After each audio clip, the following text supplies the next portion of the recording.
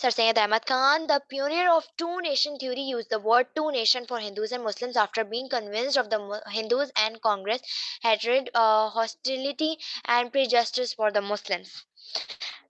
Sir Syed Ahmad Khan.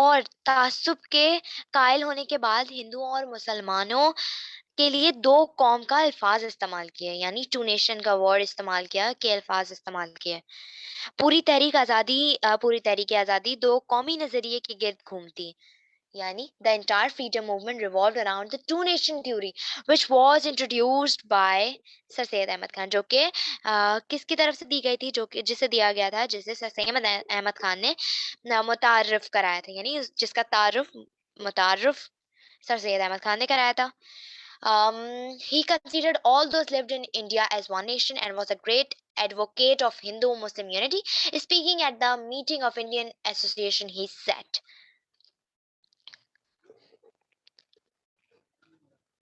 وہ ہندوستان میں رہنے والوں کو ایک قوم سمجھتے تھے، یعنی مسلمز اور ہندوز کو ایک قوم سمجھتے تھے، اور ہندو مسلم اتحاد کے بہت بڑے حامی تھے، یعنی اس میں ایک ممبر تھے۔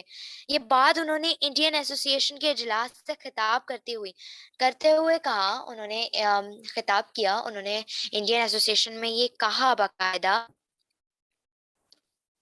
ان کی کوٹیشن ہے یہ کہ I took to both Hindus and Muslims with the same eyes and consider them as my own eyes. By the word nation means I I mean only Hindus and Muslims are nothing else. We Hindus and Muslims live together on the same soil under the same government. Our interests and problems are common, and therefore I consider the two factions as one nation. اب سر سید احمد خان کہتے ہیں کہ میں نے، یعنی سر سید احمد خان نے ہندو اور مسلمانوں دونوں کو ایک ہی نظر سے دیکھا ہے، یعنی کسی کو اوپر نیچے نہیں دیکھا، کسی کو زیادہ برتری یا فوقیت نہیں دی، اور انہیں اپنی نظروں سے دیکھتا ہوں، یعنی انہوں نے کہا کہ وہ ان کو اپنی آنکھوں سے دیکھتے ہیں۔ یہ جو ورڈ ہے قوم، یہ جو لفظ ہے قوم، اس سے سر سید احمد خان کا مطلب ہے صرف، مطلب ان کا صرف اس قوم سے مطلب صرف ہندو اور مسلمان نہیں ہے اور کچھ نہیں، ہم ہندو اور مسلمان ایک ہی سرزمین پر ایک ساتھ رہتے ہیں، حکومت ہمارے مفادات اور مسائل مشترک ہیں، اس لیے میں دونوں دھڑوں کو ایک قوم سمجھتا ہوں، ٹو فیکشنز دھڑوں کو ایک قوم سمجھتا ہوں۔ انہوں نے کسی پر فوقیت یا برتریت نہیں دی، انہوں نے سب کو ایکول لے کر چلے، انہوں نے کہا کہ each and every one is equal to him. Sir Sayyid Ahmad Khan did his best to make the Muslims realize their differences with the Hindus with regard to religious, social and language, national and international identity, and for this purpose he diverted attention of the Indian Muslims toward a new idea of two nation or two entities. سر سید احمد خان وہ ہستی تھے جنہوں نے مسلمانوں کو یہ احساس دلایا کہ وہ بالکل الگ ہیں مسلمانوں سے، ان کا کلچر، ان کا رہن سہن، ان کا ریلیجن بالکل ڈفرینٹ ہے ہندوز کے ساتھ، وہ لینگویج میں بھی ڈفرینٹ ہے، اور وہ انٹرنیشنلی آئیڈینٹیفیکیشن میں بھی ڈفرینٹ ہے۔ انہوں نے یہ پرپز، ان کا بتانے کا یہ مقصد یہ تھا تاکہ وہ انڈین مسلمس، یعنی ہندو مسلمان یا انڈین مسلمس، ہندوستان میں رہنے والے مسلمس کو ایک نئے آئیڈیا کی طرف لے کر چلیں، جو کہ تھا ٹو نیشن، ایک نئے کانسیپٹ کی طرف لے کر آئیں کہ دو الگ الگ دو قومی نظریے کیا ہوتے ہیں، ٹو نیشن، دو قومی نظریے ایکچولی، اور ٹو انٹائٹیز کا مطلب، اور کا he proposed this to the Muslims of India. After Hindi-Urdu controversy, Sir Sayyid felt that it was not possible for Hindus and Muslims to progress as a single nation. انہوں نے یہ سب differences وغیرہ اور dissimilarities وغیرہ دیکھتے ہوئے سر سید احمد خان نے فیل کیا کہ یہ پاسبل ہی نہیں ہے کہ ہندوز اور مسلمز ایک سنگل نیشن میں رہ سکیں۔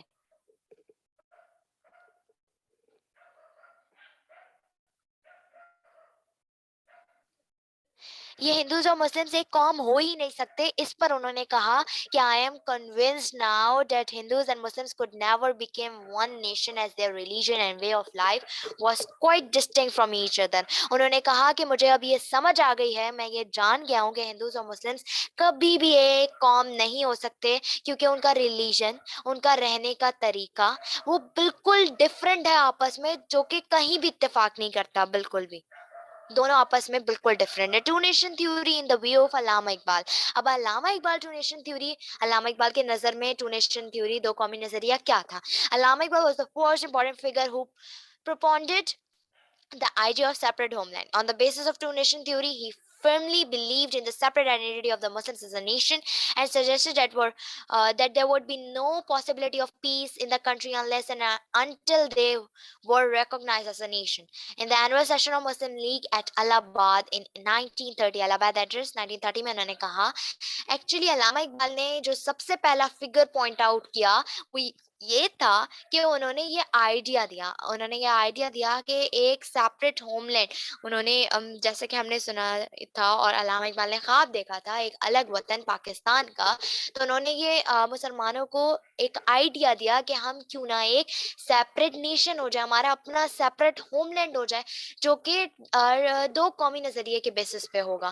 یعنی انہوں نے یہ ایک آئیڈینٹی کے طور پر مسلمانوں کو ایک آئیڈینٹی دینے کے لیے کہ مسلمان ہیں اور ایک الگ قوم ہے, یہ سجیسٹ کیا انہوں نے. اور یہ سب انہوں نے ایز اے اسپیچ میں بھی کہا اپنے الہ آباد ایڈریس کی.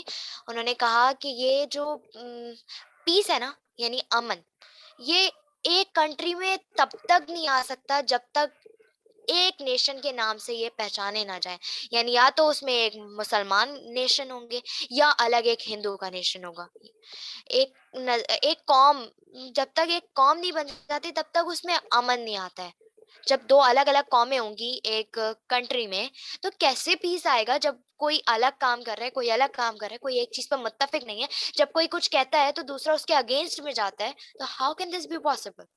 تو اس اینول سیشن, مسلم لیگ کا جو اینول سیشن ہوا تھا, یعنی الہ آباد ایڈریس جو دیا گیا تھا 1930 میں, انہوں نے کہا, کس نے کہا, علامہ اقبال نے کہا کہ India is a continent of human beings belonging to different languages and professing different religions. I therefore demand the formation of a consolidated Muslim state in the best interest of the Muslims of India and Islam. India ایک ایسا continent یعنی بر صغیر ہے, human beings انسانوں کا, جو کہ الگ الگ زبانوں, الگ الگ لینگویجز, بالکل ڈفرینٹ لینگویجز, اور پروفیسنگ ڈفرینٹ ریلیجنس, جو کہ بالکل ڈفرینٹ ریلیجن سے تعلق رکھتے ہیں. علامہ اقبال خود کہہ رہے ہیں کہ وہ, یعنی میں دیئرفور, یعنی میں یہ ڈیمانڈ کرتا ہوں کہ مسلمانوں کے لیے ایک الگ اسٹیٹ ہو. مسلمان اور ہندو بالکل الگ الگ رہیں, اسلام کو ایک الگ اسٹیٹ دیا جائے, ایک الگ ریلیجن کے طور پر ایک مسلمانوں کا اسٹیٹ بنایا جائے.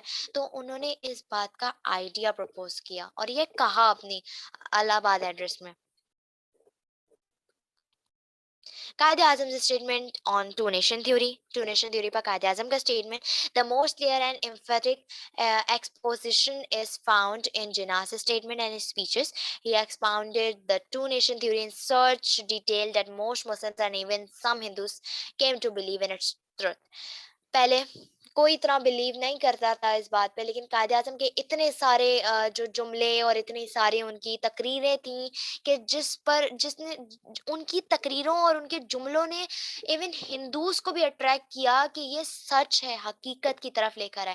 انہوں نے کہا, he declared, Muslims are not a minority, they are one nation by every definition of the word nation. By all canons of international law, we are a nation.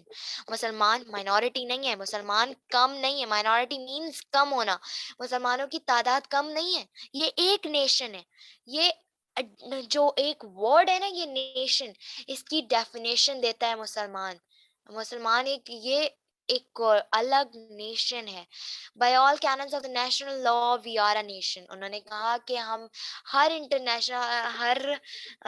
لا کے تحت ہم ایک نیشن ہیں, کیونکہ ہم میجورٹی میں ہیں.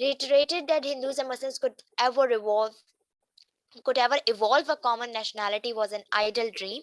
They are a totally different nation. They have an unbridgeable gulf between them, and they stand miles apart in regards to their idols, cultures, and religions. In 1973,